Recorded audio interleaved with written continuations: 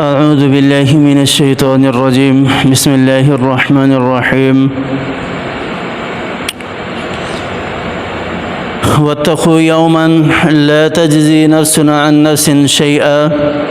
ولا يقبل منها شفاعة ولا يؤخذ منها عدل ولا هم ينصرون اور ڈرو اس دن سے جس دن کوئی بھی کسی کو کسی چیز کا بھی فائدہ نہیں پہنچائے گا، بدلہ قبول نہیں کیا جائے گا اور نہ ہی شفاعت قبول کی جائے گی اور نہ ہی کوئی فدیہ وغیرہ لیا جائے گا اور نہ ہی کوئی کسی طرح کی مدد کی جائے گی۔ اللہ تعالیٰ نے اس آیت کے اندر قیامت کے دن کا ذکر کیا ہے۔ یہ دن ایسا دن ہے جس کے اندر کوئی شخص کسی دوسرے کے ذرہ برابر بھی کام نہیں آئے گا۔ اللہ تعالیٰ نے دوسری جگہ ارشاد فرمایا وَلَا تَزِرُ وَازِرَةٌ وِزْرَ أُخْرَى، اللہ تعالیٰ ارشاد فرما رہے ہیں کہ کوئی شخص بھی کسی دوسرے کا ذرہ برابر بھی بوجھ نہیں اٹھائے گا۔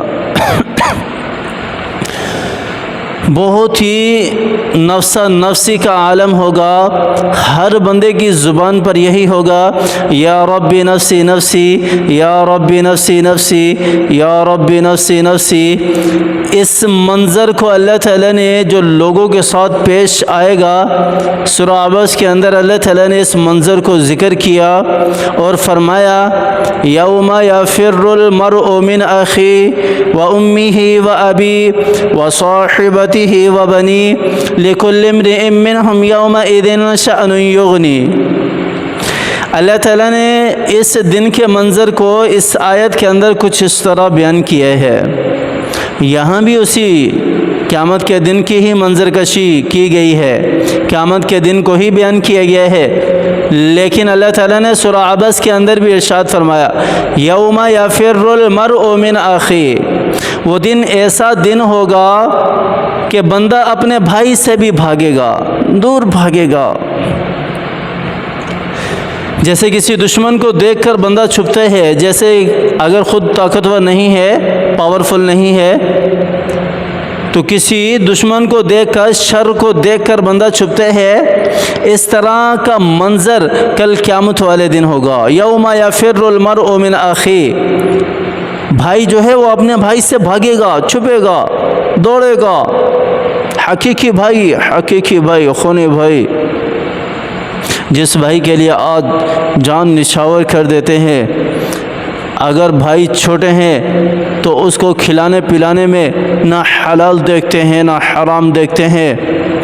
کسی قسم کی کوئی پرواہ نہیں کرتے ان کے خواہشات پوری کرنے میں۔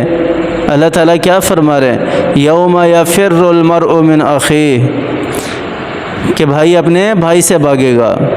وَأُمِّهِ وَأَبِي، صرف بھائی سے ہی نہیں بھاگے گا، وَأُمِّهِ وَأَبِي، دنیا کے اندر سب سے عظمت والا رشتہ جو ہے وہ والدین کا ہے،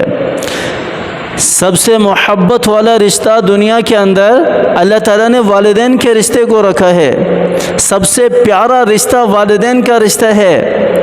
اولاد کو اگر تھوڑی سی بھی تکلیف ہوتی ہے نا، تھوڑی سی بھی، اگر تھوڑا سا کانٹا یا سوئی بھی اس کو لگ جاتی ہے نا، تو ماں کو سکون نہیں ملتا، ماں کو سکون نہیں ملتا۔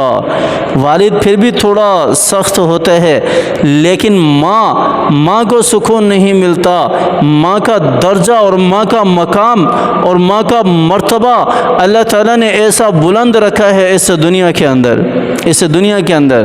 میں آج کل کی ماؤں کی بات نہیں کر رہا، آج کل کی جو مائیں ہیں میں ان کی بات نہیں کر رہا، جو پہلے گزر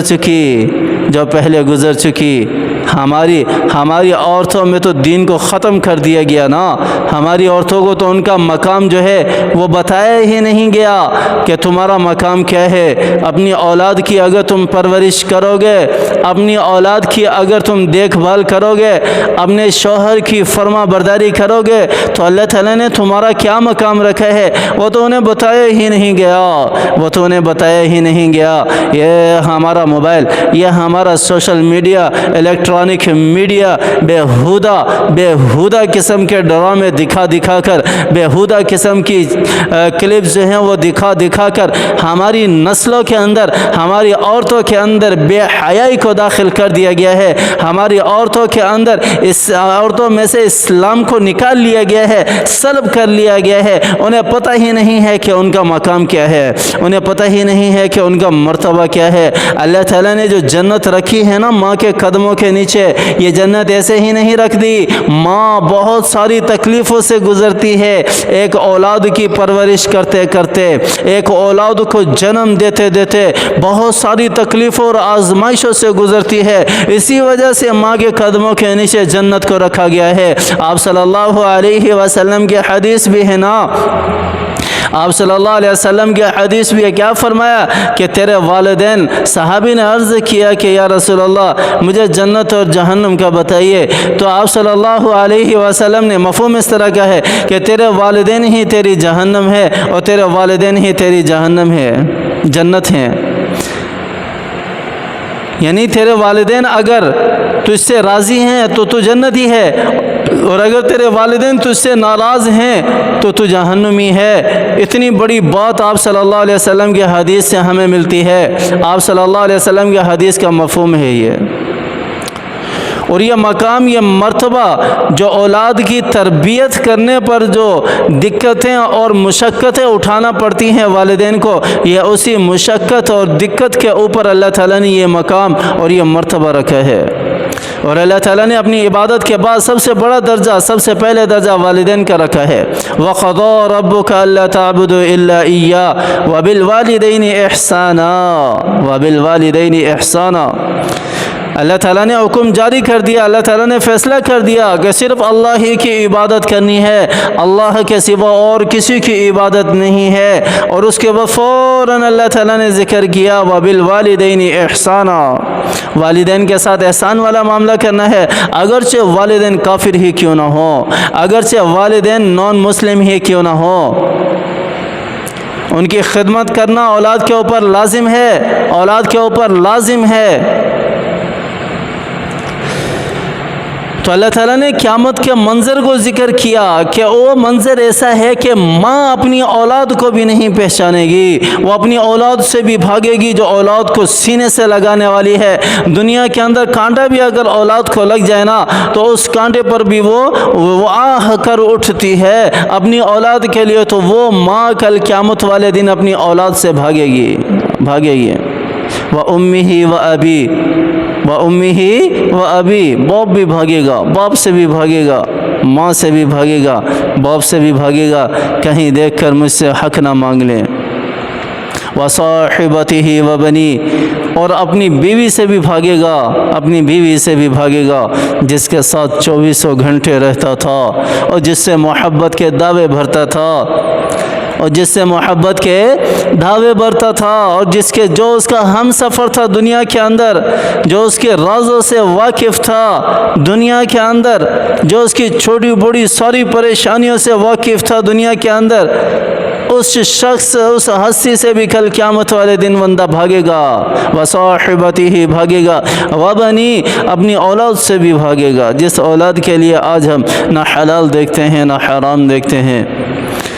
اپنی مرضی کی زندگی گزار رہے ہیں۔